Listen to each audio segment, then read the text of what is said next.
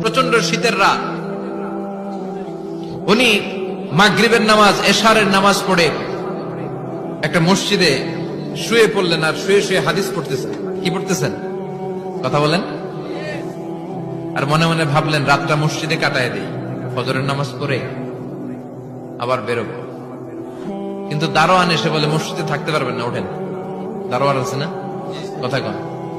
আহমদ ইবনে হাম্বল বললেন আমি শুধু রাতটা থাকতে চাই, আমি তো ফজরেরও মুসল্লি, ফজর নামাজ পড়বো তো এই মসজিদে, আমার থাকতে দাও। দারোয়ান তো দেয় না, কেনা মসজিদে থাকার জায়গা না, যান মিয়া।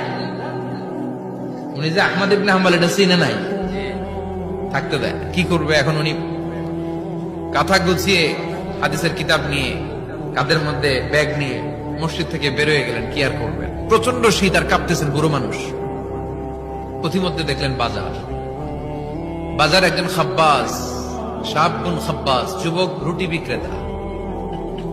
সে রুটি বিক্রি করে, চুলার মধ্যে রুটি সেকে। সে যে সালাম দিল আসসালাম আলাইকুম, যুবক বলে ওয়ালাইকুম আসসালাম।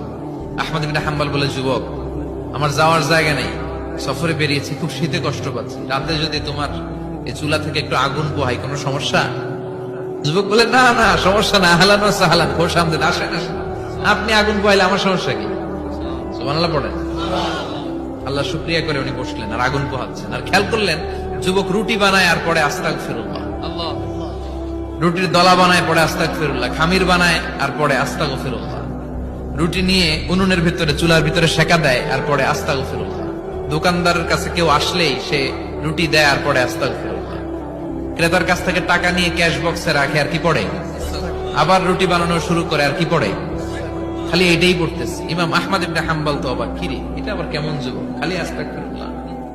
উনি প্রশ্ন করলেন যুবক ঘটনা কি? আসার পর থেকেই তোমার দেখতেছি তুমি রুটি বানাও, রুটি বিক্রি করো আর পড়ো আস্তাগফিরুল্লাহ, মালাকা ইয়া শাবাব। যুবক বলে আস্তাগফিরুল্লাহ আমার সবচেয়ে বেশি পছন্দের আমল, আমি সব সময় আঠার মতো ইস্তেগফারের সাথে লেগে থাকি আর সব সময় পড়তে থাকি আস্তাগফিরুল্লাহ, আর এর বদৌলতে আল্লাহ আমারে মুস্তাজাবুদ দাওয়া বানিয়ে দিয়েছে। সুবহানাল্লাহ। আহমদ ইবনে হাম্বল তো অবাক, আনতা মুস্তাজাবুদ দাওয়া, তুমি মুস্তাজাবুদ দাওয়া, রুটিওয়ালা। আমি এত বছর হাদিস পড়াই, আমিও তো মুস্তাজাবুদ দাওয়া না, আর তুমি রুটি বেচো বাজারে, তুমি মুস্তাজাবুদ দাওয়া, তুমি দোয়া করলে সব কবুল হয়ে যায়। যুবক বলে না আনা মুস্তাজাবুদ দাওয়া, আমি আমার জীবনে যত দোয়া করেছি কবুল করে নিয়েছে কে? আল্লাহ। সব দোয়া কবুল করে নিয়েছে আল্লাহ, একটা দোয়া ছাড়া। কয়টা? আহমদ ইবনে হাম্বলের কৌতূহল, কিউরিয়াসিটি আরো বেড়ে গেল, কি সব দোয়া কবুল